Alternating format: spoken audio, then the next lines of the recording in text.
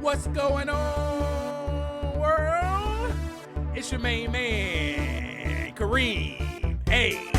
Rashid, the voice and your host of Clearing the Wreckage. Yes, we got another great episode in store for you today. I don't know what you're doing if you're driving to work. All I ask is that you please pay attention to the road. You could be on a lunch break, but I ask that you get back to work on time, please.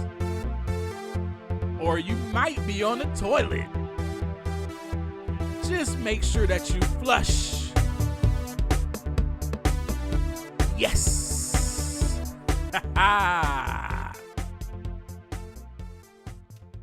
What's happening, world? Here we are again with another episode of Clearing the Wreckage. Can you believe we are on episode 13? And I just want to share an accomplishment. A couple of days ago, I woke up and I checked my email, and I got an email saying, "Congratulations, Kareem, you have reached the milestone, 100 downloads of Clearing the Wreckage." I want to just give myself a hand. Shall we give myself a hand? Woo! Yes. With that, I want to say thank you so much. Thank you so much.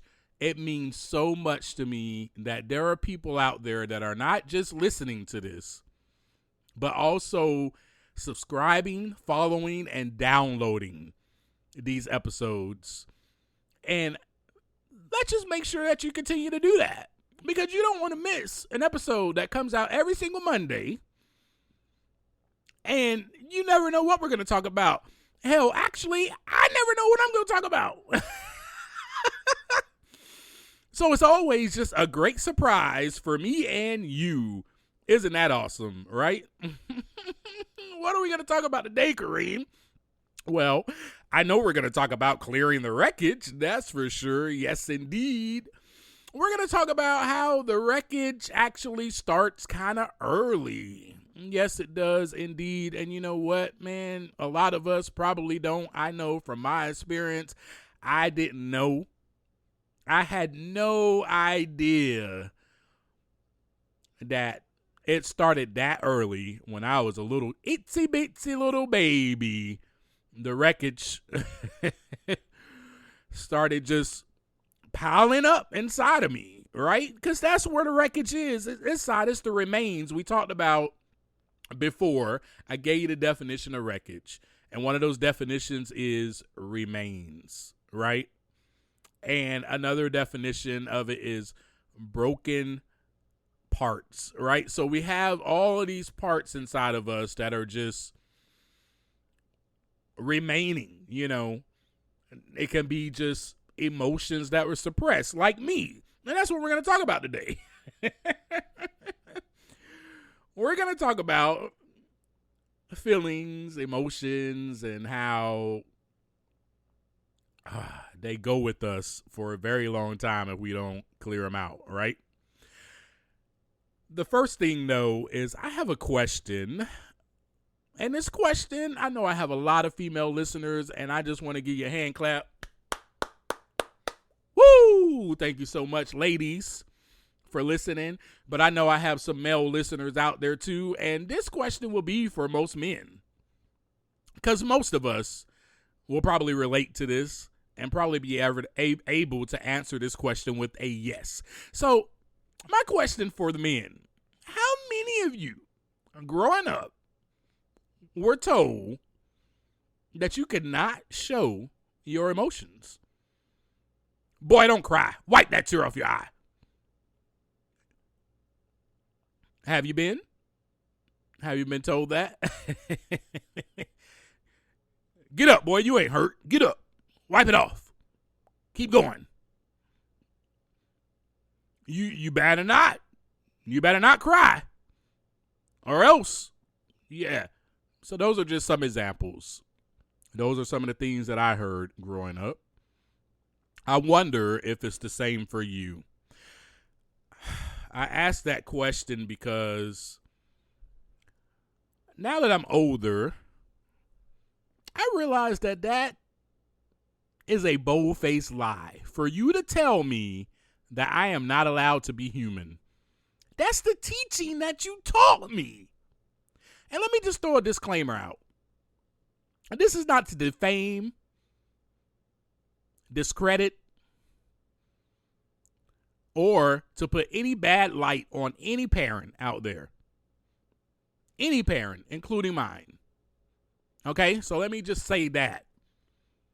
Because my father is an amazing man whom I love dearly and who is so knowledgeable, so wise, and very understanding, very compassionate, very patient, and very loving.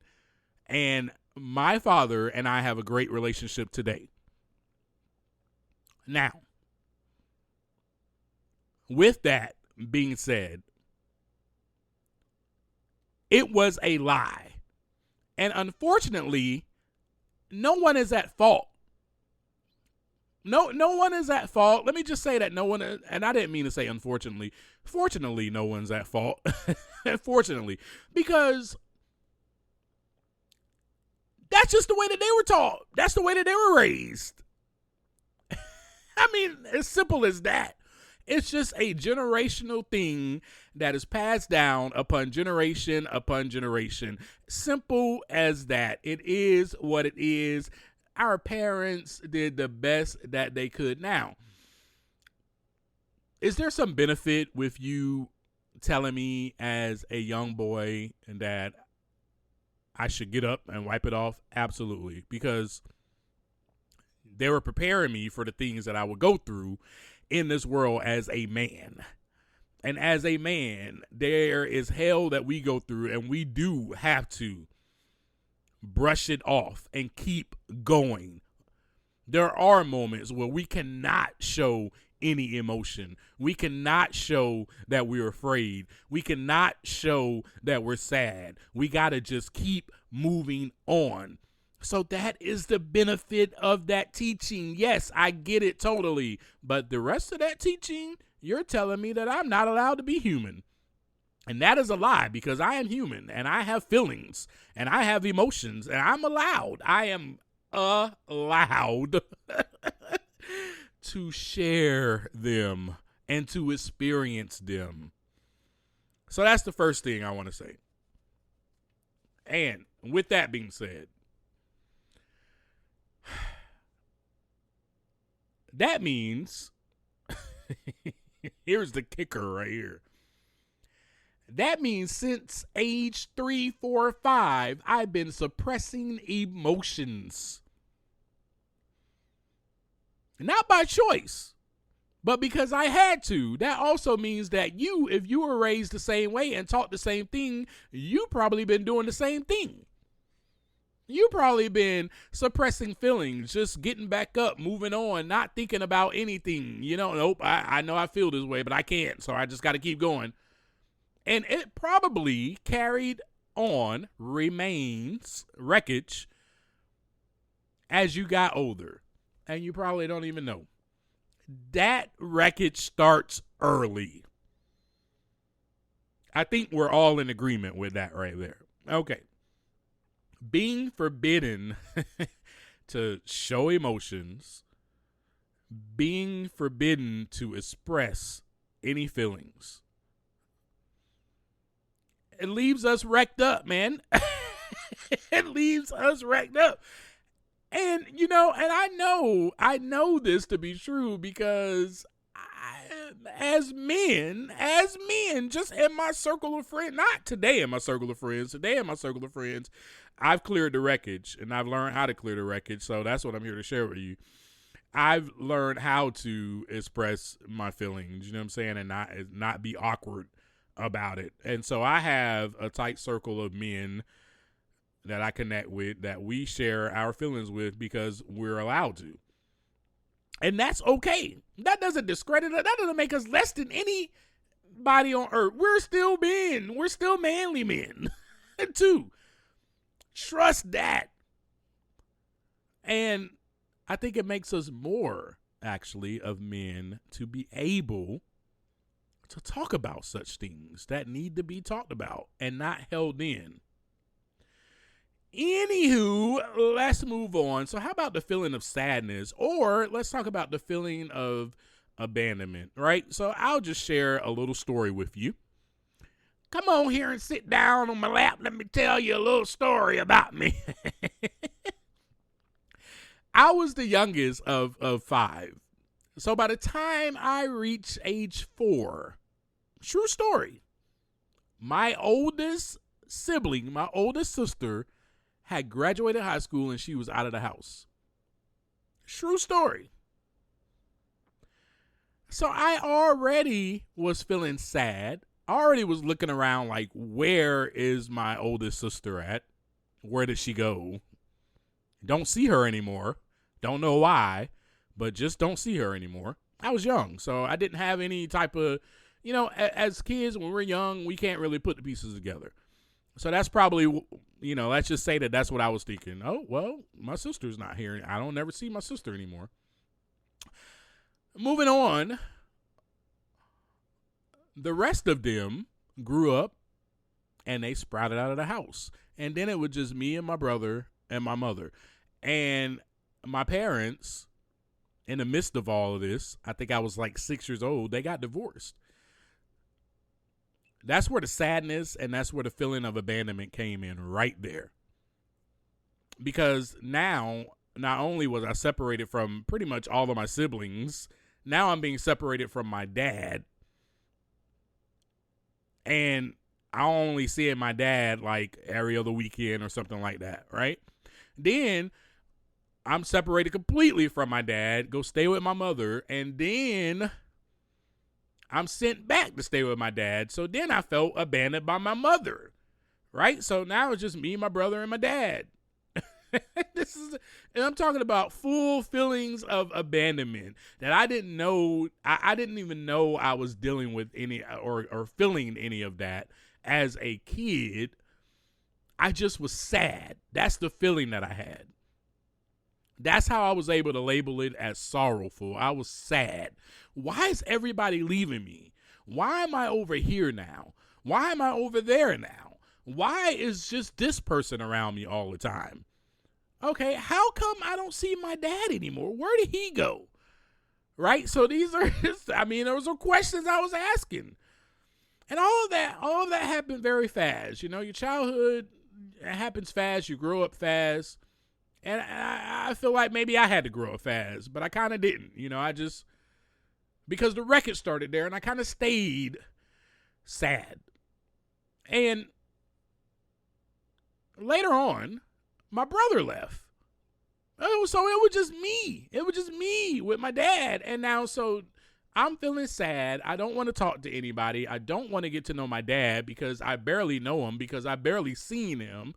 And also, I'm finna get real with y'all, man. I'm finna keep it a buck. I'm finna get real with y'all. This episode is going to be really hardcore. I didn't want to talk to my dad or get close to my dad. You know why? Because I was afraid that he was going to leave. I was afraid that my father was going to leave because everybody left. And I just thought, I'm eventually just going to be by myself alone. I'm going to be a 12, 13-year-old kid by myself. Who's going to take care of me? That is what I was thinking. And so life went on. And then eventually I moved back to stay with my mother. And then, I finished out high school. And, I got into a couple of relationships when I was young. I did. I was like 14, 15, 16, 17, whatever. I had those little relationships. And, in one of those relationships, I got left by this girl. Not on purpose. She moved away. But I felt abandoned again. And then the next one, somebody cheated on me, so I felt abandoned even more. Heartbroken, sad. My whole childhood was filled with sadness. I was a sad kid. And with that being said, I couldn't show that emotion. I remember I was taught not to show it. I was taught to hold it in. And I already shared with y'all at age 12, I took my first drink. And then, 13, 14, I was drinking. Not as heavily because I couldn't really get my hands on it that much, but I still was when I could. And, and I was doing drugs and things like that. And that made me feel a little bit better. And, I've already shared this stuff with you in those episodes. How I felt like I belonged to a group of people because that's what we were all doing together. Anyway, but I just felt so sad my whole childhood. And later on in life, I just was like, I need somebody to fix me, man. I don't know what I'm supposed to be doing. Because I just feel horrible about myself. I hate myself. I hate my siblings because they all left me. I hate my dad. I hate my mom. Everybody just left me to just be by myself. So I didn't really want anything to do with anyone, So when it came to relationships with females, like those relationships that I just told you about, I did not, okay, so those two relationships, then the next one, I just did not let myself get close to anyone. And that includes my whole family, my immediate family. And I lived like that. For years, I lived like that. I closed myself off from people because I thought, well, you know what? Everybody's just going to leave me anyway. So there is no reason for me to get close to them. And I got into a lot of fights as a teenager. I definitely... I don't know why I'm saying that. I just wanted to throw that out there. I did. Because I was this sneaky little quiet kid. Because, again, I was suppressing every single emotion. I held every emotion in. You did not know what was going on with Kareem. You just thought Kareem was happy all the time because I did really great at pretending and putting on a smile and smiling in your face and saying everything's great. But on the inside, I was feeling broken. I had all this wreckage, just built up emotion, and a lot of the built up emotion was sadness. And then you know what? The sadness turned into anger because I just started hating people because I was like, bro, y'all just leaving me like this? Everybody's gonna leave me. I don't like people. I don't want to get close to people. I hate myself. And then I started hating God. Yep, I did, folks. Because I started going to church because I was like, okay, I need to get fit. So I immersed myself in the church. Well, immersed myself in water, got baptized and all that stuff. And I started going to the church and I was like, yeah. But then I was like, you know what? This church is going to burn down because I am full of wreckage. And there is no way that this God loves me. He's going to leave me too. And so I left. I left the church and I went back to drinking and drugging. And this is when it got really bad. I think I was like 17. This is when it really got bad. And I really started heavily on my stint of alcohol and drug addiction. Right? But that's the only thing that I let myself get close to. Alcohol and drugs, because I always knew where they would be, and I always knew that they would not leave me. Now, I know you're listening to this and you're like, what? You're crazy. Those are inanimate objects. How could you trust inanimate object? Well, I had nothing else to trust in. Except drugs and alcohol, because everyone else left me. I never dealt with any of that. I never dealt with none of that. And so, fast forward, moving on, years later, right? About that I got clean and I got sober, and thank God I did.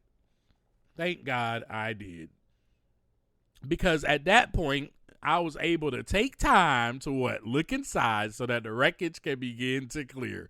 And that is when I realized, holy cow, ooh, I think I need therapy. And I went and started talking to this therapist, and the first thing that came up is my sadness and my hate for myself, my hate just for my life, because I felt regret. I felt like I didn't really get a chance to live life as a kid because everybody left me. I had 5 sisters and brothers, and I didn't even get to enjoy my childhood with them. So I was really sad. I was just a very sad kid. I got in a lot of fights as a teenager, and I did not say anything to you. If you started talking trash to me, I just spoke with my fists. So I got in a lot of fights because I had all this emotion built up. There was no need to talk. And plus, I wasn't taught how to share those emotions. So let's talk about clearing the wreckage, shall we? I gave you the background, the story of how the feelings of abandonment crept in and just stayed inside of me for a very long time. The feeling of sadness, the feeling of anger. I just gave you some background. I didn't go into too much detail. I just gave you some background, right? Of how I was just constantly feeling sad. So one of the things that I did when I started clearing the wreckage, when I was sober, when I was clean, I started journaling, started doing my weekly routine. I started going to therapy. The main thing for me was taking action and allowing myself to let others in. This was so scary and uncomfortable because I was not used to even being honest. I lived a lie. I pretended to be someone else. I told you, I smiled in people's faces. That was not me. The real me was sad, and I wanted to show that. The real me was angry, and I wanted to show that so bad, but I couldn't. I didn't know how. I also was told that it was wrong. So the main thing for me, when I was learning these things about myself and discovering myself, how to clear that wreckage. How do I do it then? And I just take action, start building friendships. And so I told you the story about how I was going to this Monday night meeting, right, with these men. And so I started building friendships with them, not just with my mentor. Me and my mentor, we had the best friendship ever because that is when I started taking action and I allowed him into my life. He allowed me into his first, and then I opened back up and allowed him into mine, right? And we talked about things that were very hard to discuss. Very, very hard to discuss. That's what made it so scary.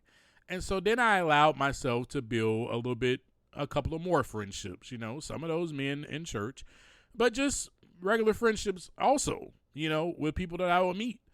And so I allowed myself to do that. And that is one of the ways that the wreckage began to clear. Another thing is my therapist taught me to sit in my feelings.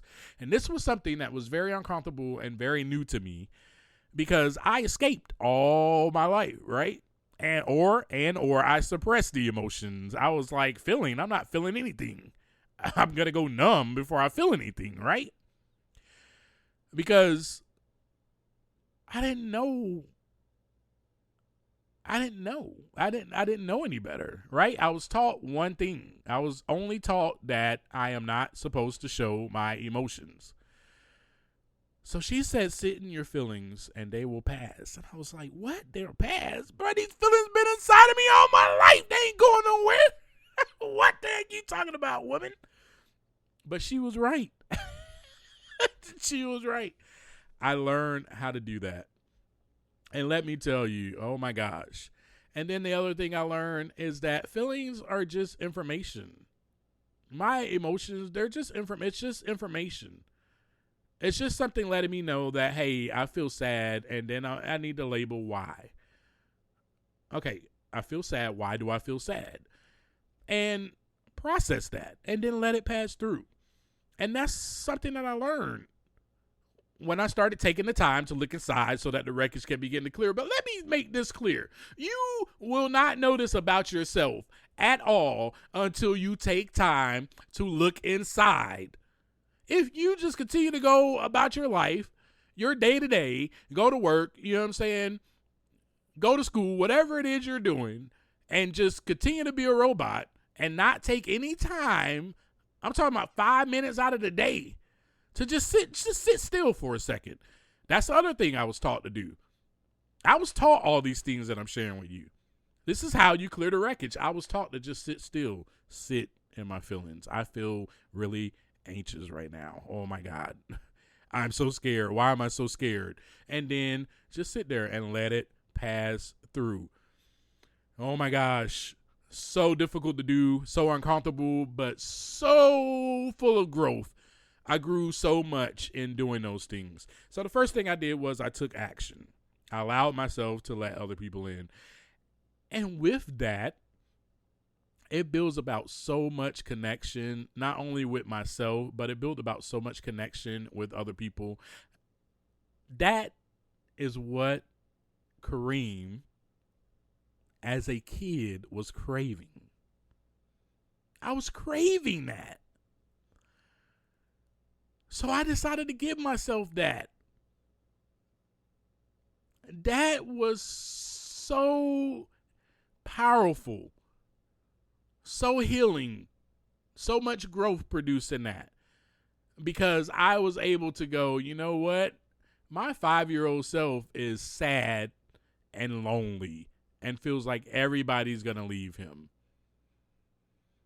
Once I allowed people in, once I was able to connect with other people, that part of me was starting to heal. I would receive hugs from people, and it was like they were hugging my 5-year-old self. And one of the other things I did was I would hug my 5-year-old self. I would tell my 5-year-old self that you are not alone, that nobody is leaving you, and that you are sad, and it's okay to be sad. It's okay to be sad. And if you want to cry, go ahead and cry. Let it out. That's what I would tell myself. My 32-year-old self at that time, 33, 34, however old I was, at that time will look back and tell my 5-year-old self that if you want to cry, it is okay to cry. Folks, this is how you clear the wreckage. That is how I cleared it. Those emotions, those feelings, they resurfaced. They started coming up. And I was like, I'm just going to let them out. I'm going to let them out. So I have a question for you then. If you have some of these same feelings, if you dealt with some of the same things that I've dealt with or been through as a kiddo, you know, as I asked you earlier in the episode, if you were a man listening to this episode and you were taught the same thing and you suppress your emotions all your life, what are you doing to conquer those feelings? What are you doing to clear that wreckage? Are you trying to even acknowledge and be aware that you have those feelings? Or are you still going through your life, sucking it up, just being a man? And that's cool if you want to do that. That's great. But you can't go through your whole life sucking it up, just being a man. You have to have some type of emotions. They are good for us. It's good for you to let it out. It's good for you to connect to yourself, because your relationship with yourself is the most important relationship that you can have. And you got to connect with yourself so that you can connect with somebody else. You have to accept yourself so that you can accept other people. You have to also accept that's just the way that you were raised. And that's just the way that you were taught. But that doesn't have to be your story. That doesn't have to be the narrative. You can change it.